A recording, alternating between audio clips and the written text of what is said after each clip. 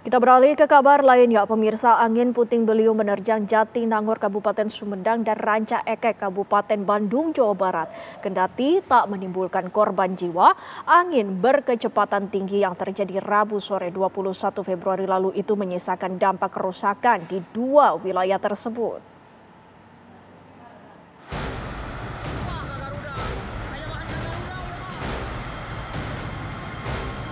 Video yang terekam kamera warga ini menggambarkan bagaimana angin puting beliung menerjang wilayah perbatasan Kabupaten Sumedang dan Kabupaten Bandung, Jawa Barat, Rabu sore 21 Februari 2024.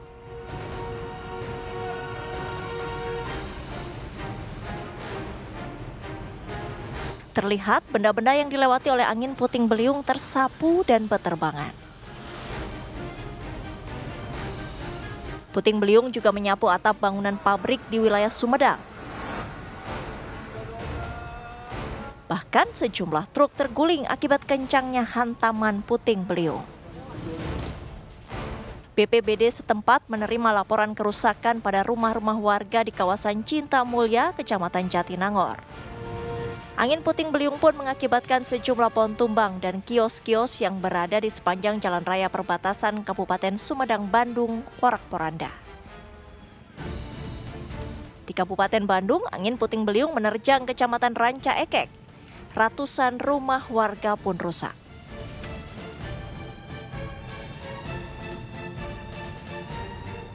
Pakar klimatologi BRIN, Dr. Ermayuli Hastin menyebut dalam akun X-nya, peristiwa angin kencang tersebut sudah memenuhi beberapa kriteria bencana tornado.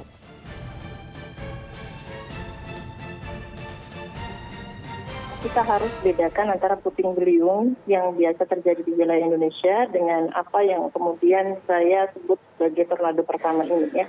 Kriteria tornado itu dilihat dari kekuatannya yang pertama. Jadi harus memiliki minimal kecepatan angin setidaknya 65 atau 67 atau ya sekitar 70 km per jam. Baru kita bisa sebut ya, karena ada skala-skala kecepatan angin. Baru bisa kita sebut tornado. Yang kedua, radius putarnya. Jadi radius putarnya kalau dia kurang dari 2 km dan biasanya puting beliung itu hanya sekitar 1 km, maka itu fenomena yang kita kategorikan micro scale, skala mikro. Sementara tornado itu ada pada skala meso, secara ruang ya, karena radiusnya lebih dari 2 km tadi. Nah, itu sudah terpenuhi dengan kasus yang sekarang, gitu ya. Kemudian yang ketiga adalah dari aspek dampak. Tadi 5 kecamatan.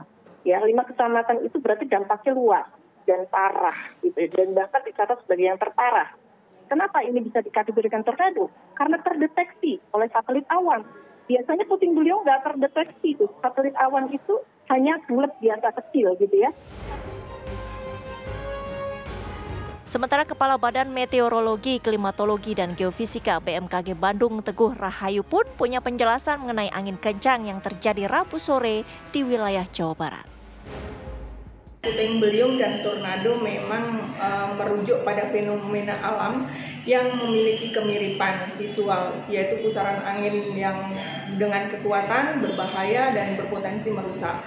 Namun di sini perbedaannya adalah kecepatan dan juga luasan dampaknya.